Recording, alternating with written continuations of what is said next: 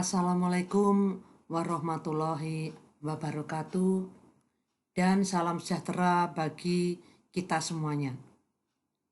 Anak-anakku yang hebat, bagaimanakah keadaan kalian? Semoga kalian semuanya sehat, semoga kalian semuanya semangat dalam mengikuti pembelajaran daring. Sebelum kita mulai pembelajaran, marilah kita berdoa terlebih dahulu menurut agama dan kepercayaan masing-masing. Berdoa mulai. Berdoa selesai. Anak-anakku yang hebat, salam jumpa kembali dengan Ibu Winarti, MPD, Guru IPS SMP Negeri 40 Surabaya. Pada hari-hari atau minggu sebelumnya, kita sudah mempelajari masa sebelum masa Orde Baru dan Reformasi, yaitu masa demokrasi terpimpin. Nah, selanjutnya untuk mengetahui perkembangan lebih lanjut, kita lanjutkan dengan masa Orde Baru dan Reformasi. Ya, anak-anakku yang hebat, tujuan pembelajaran materi ini adalah setelah mengikuti pelajaran tentang Orde Baru dan masa reformasi, anak-anak atau kalian diharapkan dapat pertama, menguraikan pengertian dan sebab munculnya masa Orde Baru.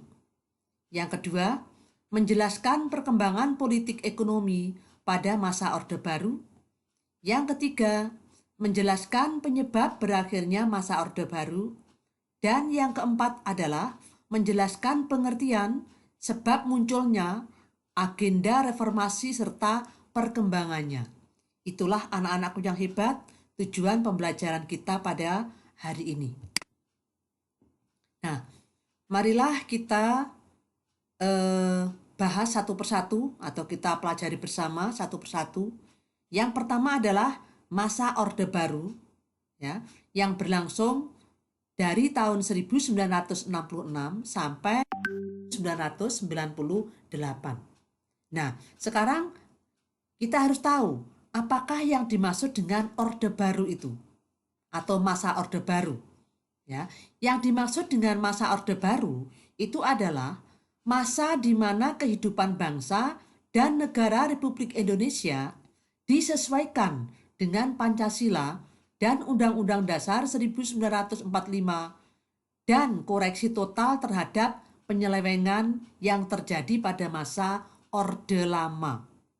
Ya, itulah pengertian daripada Orde Baru.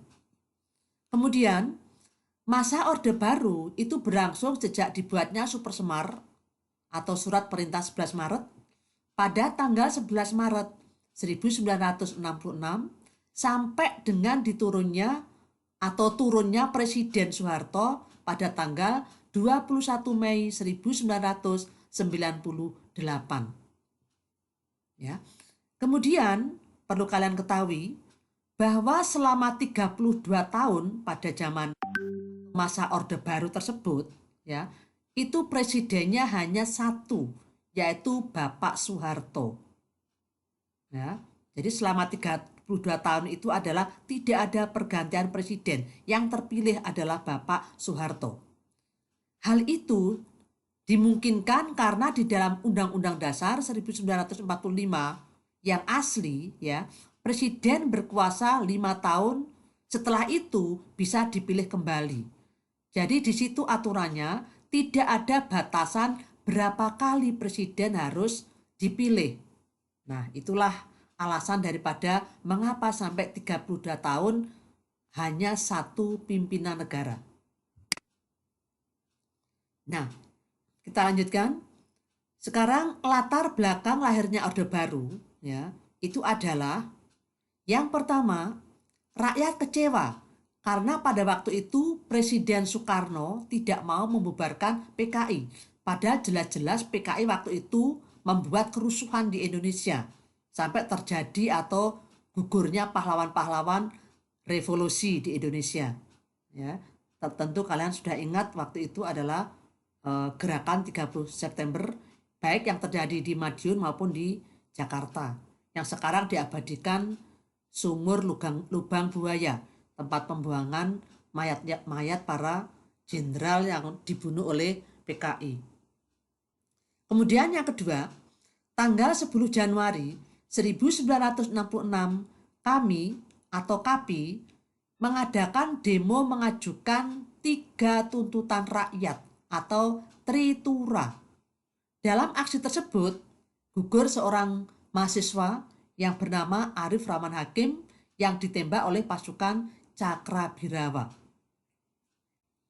Pada tanggal 11 Maret 1966, Presiden Soekarno mengeluarkan surat perintah 11 Maret atau Supersemar.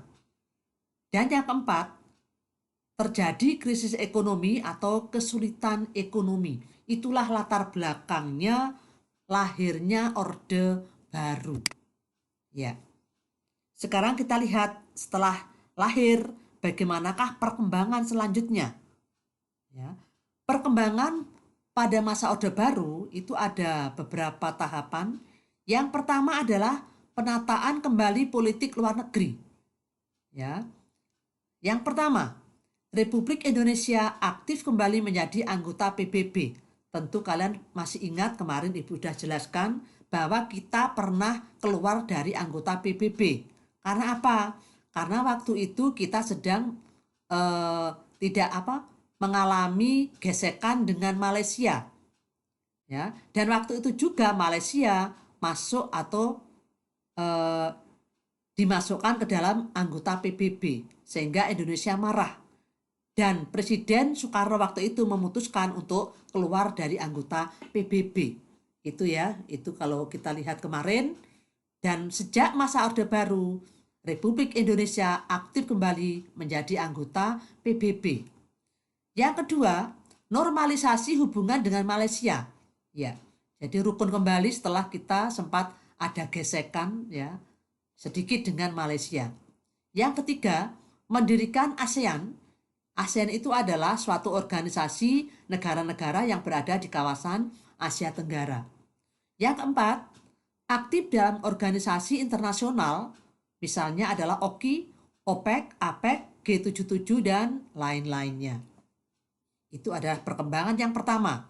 Sekarang yang kedua adalah penataan kehidupan politik dalam negeri. Dengan cara apa? Yang pertama adalah melaksanakan pemilu secara rutin. Ya. Kemudian yang kedua, penyederhanaan partai politik menjadi 3, yaitu P3, PDI, dan Golkar waktu itu. Dan yang ketiga adalah integrasi Timur Timur atau Timur Timur bergabung dengan Republik Indonesia pada tahun 1976. Itulah anak-anakku perkembangan masa Orde Baru ya. Kemudian yang ketiga adalah penataan ekonomi sosial budaya ya. Itu dengan cara melaksanakan pembangunan nasional ya dengan atau sebut dengan pelita. Yaitu pelita 1 sampai pelita 6. Yang kedua, Republik Indonesia maju pesat ekonominya sehingga bisa swasembada pangan dan RI menjadi macan Asia ketiga. Itulah perkembangan pada masa Orde Baru. Kalau kita lihat lebih baik atau lebih meningkat dibandingkan Orde Lama. Nah, sekarang kita lihat mengapa Orde Baru akhirnya berakhir juga. Ya. Jadi Orde Baru berakhir ya sejak Presiden Soeharto menyatakan mundur pada tanggal 21 Mei 1998.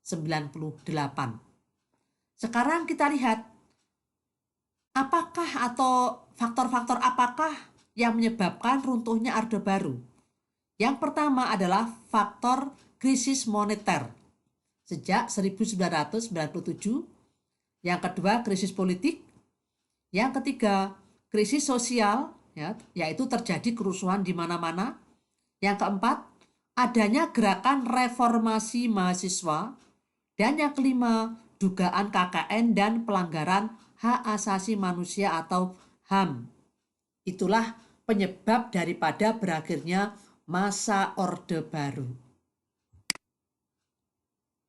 Nah, setelah Orde Baru berakhir, maka kita berganti pada masa reformasi yang terjadi pada tahun 1998 sampai sekarang. Anak-anakku yang hebat, marilah kita lihat apakah pengertian daripada reformasi itu. Yang dimaksud reformasi itu adalah penataan kembali kehidupan bangsa dan negara ke arah yang lebih baik. Ya. Siapakah pelopornya? Pelopornya adalah para mahasiswa. Nah, mengapa muncul reformasi? Seperti Ibu sebutkan tadi, reformasi itu muncul karena adanya krisis moneter yang terjadi sejak tahun 1997 yang menyebabkan bank bangkrut. Kemudian banyak pabrik-pabrik yang tutup, pengangguran meningkat, harga melambung tinggi, kerusakan di mana-mana, serta adanya dugaan KKN dan pelanggaran HAM atau hak asasi manusia. Itulah penyebab munculnya reformasi.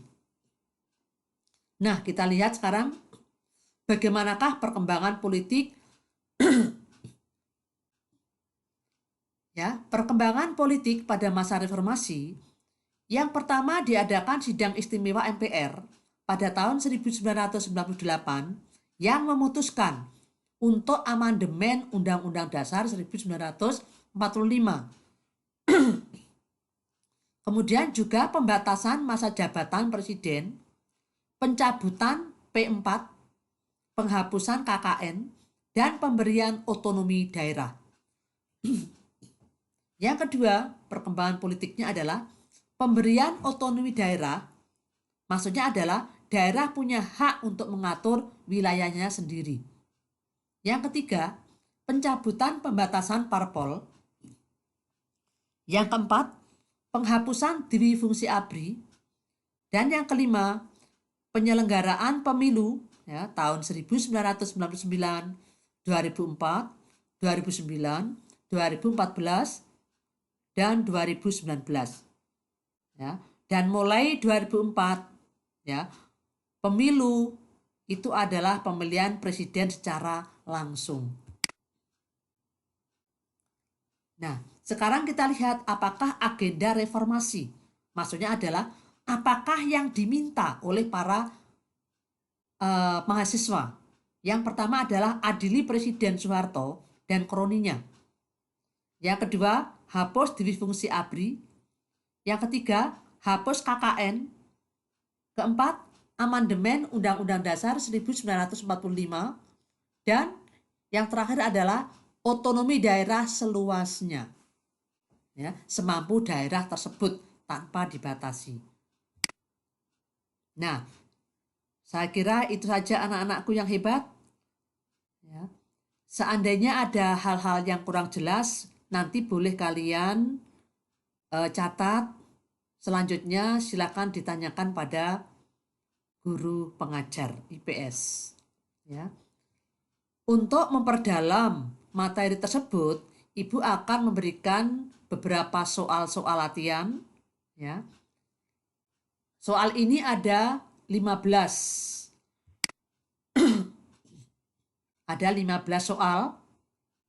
Silakan kalian kerjakan.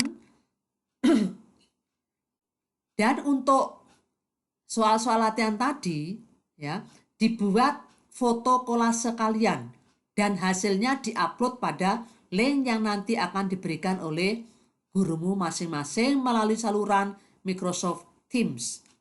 Ya, terima kasih.